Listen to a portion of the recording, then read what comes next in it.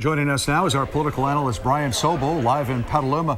Brian, I've never heard of anything like this. What do you make of this new alliance between Ted Cruz and John Kasich? And do you think in the end it'll make any difference? Well, Frank, this may be a technical term, but I think it's goofy. The idea that you would ask voters to stand down in a state in favor of another candidate is, as you say, unprecedented. I'm not sure I remember anything like this. Brian, Donald Trump fired back today. He said, quote, "It's a sad day, or it's sad that two grown politicians have to collude against one person who has only been a politician for 10 months in order to try to get that person from getting the Republican nomination." What do you think about the way Donald Trump is handling all of this?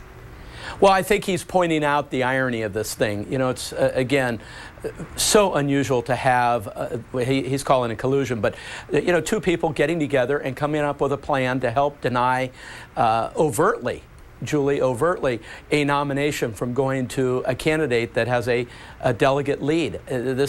We're in water we've never been in before, and if Trump can be denied the nomination based on delegates, then of course everything is wide open, and that's the calculus by Kasich and Cruz. But you just wonder about this strategy, and mainly you wonder how the voters in those states will take the idea of, oh, don't vote for one person, vote for another, because it's part of some grand strategy. Brian, let's talk about the convention, the Republican National Convention. Let's just say, for the sake of argument, it's contested. It goes to one vote, two votes, three votes.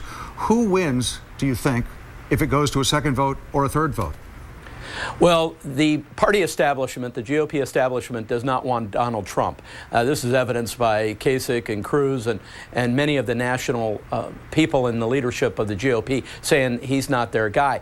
I think, Frank, what will happen is that there'll be a floor fight and somebody else may emerge out of that, and it could be a name we know or a name we don't know very well.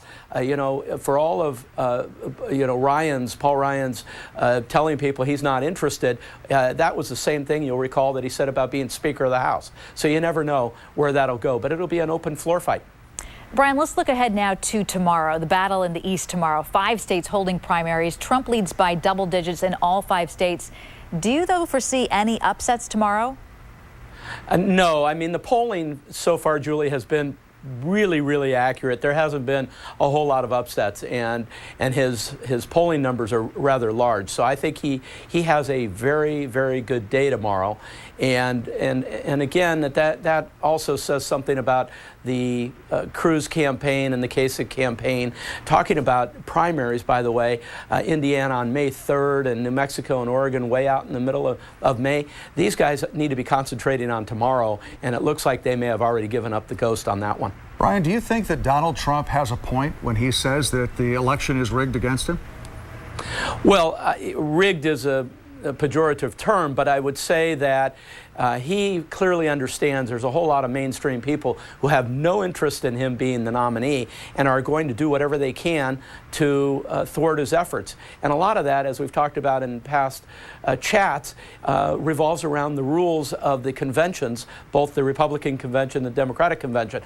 The GOP insiders are looking for a way to derail the Trump campaign. All right, Brian Sobel, live in Petaluma tonight. Brian, thank you as always for your insight. My pleasure.